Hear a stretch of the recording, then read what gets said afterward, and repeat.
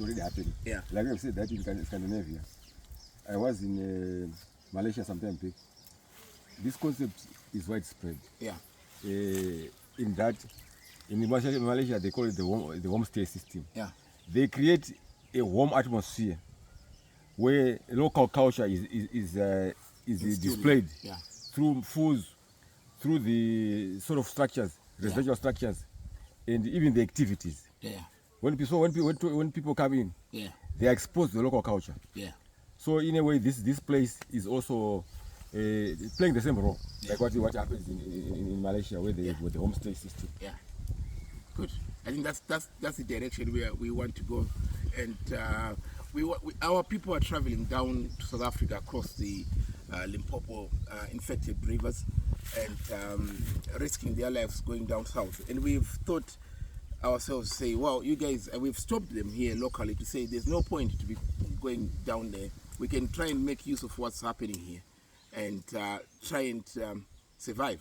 So what do you think, Mr. Dingo, about this whole concept? How can we move forward with this kind of concept of culture and sustainability? Yes, yeah, certainly the aspect of rural investment is very important for our country. We should certainly move away from this idea that all people should be moving to cities and getting employment in cities. It's well and good to have industries in the cities, but in the rural areas there should be activity to employ our youth, economic activities to benefit our youths, and so that people are not up to all sorts of mischief and moving away and everything. So now we have very energetic young men who are working here and who are hired on a regular basis to assist here.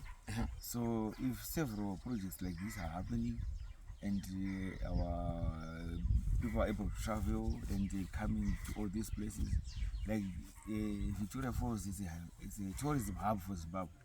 So we don't expect that the issue that you are a new entrant into this industry is not a hurdle at all. Because they're just adding to the existing structures. So there are people who don't like actually to stay in hotels which are crowded and they are traveling from even well-up countries where the same hotels are there.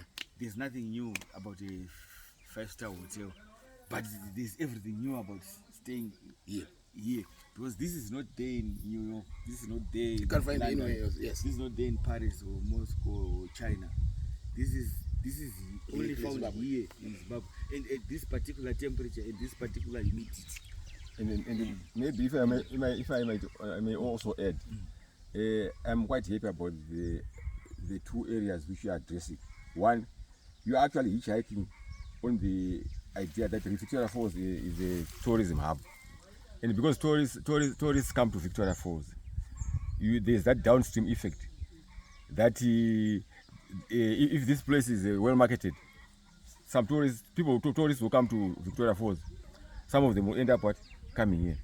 And secondly, the issue of conservation to do with elephants, movement of elephants, and so forth. The local community, if the local community is involved in activities here, and they are trained and educated about the need to conserve the Mopani tree and the elephants and so forth, it will be easy for that gospel to be spread among the community, because the community is participating. They become stakeholders. Yes, they become stakeholders. Yes, they won't be in the terraces. But they'll be participants. In the whole concept of conservation of the Mopani tree and everything else. I think that's a very good point. So, to summarize, I think we've learned that we got to be stakeholders. For them to be passionate about wildlife, about tourism, they need to be part of it. So if you leave the rural communities out, because one, we have a stereotyping about rural communities. So if you leave them out, they are going to be destroying the trees and all that. They don't see the benefit.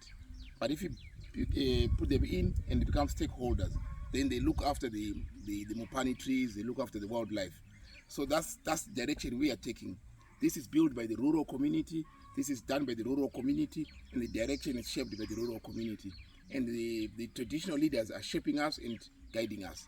So we are on a different path, but going the same direction with everyone else. But yeah, that's how unique we are. We are more traditional. We are more with the rural communities, and we are more about lifting up everyone. No one is left behind. And how we've made or tried to do that is by sharing the skills that we have. If I'm good at something, I teach someone.